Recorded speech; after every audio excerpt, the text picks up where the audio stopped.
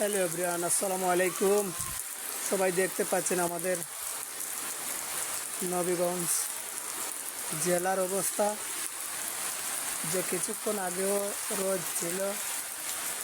দুপুরে এখন প্রায় 5টা বেজে গেছে, 6টা হয়ে যাচ্ছে। এই দিনের অবস্থা, এই মেঘ পড়েছে, আমাদের রাস্তাঘাটের অবস্থা সবাই তো দেখতে পাচ্ছেন। আশা করি ভিডিওটা বেশি বেশি করে শেয়ার করে দিবেন।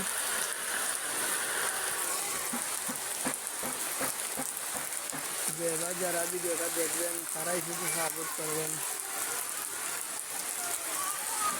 আজকের এই ভিডিওটা আপনাদের জন্য। আপনারা সবাই দেখবেন ভিডিওটা।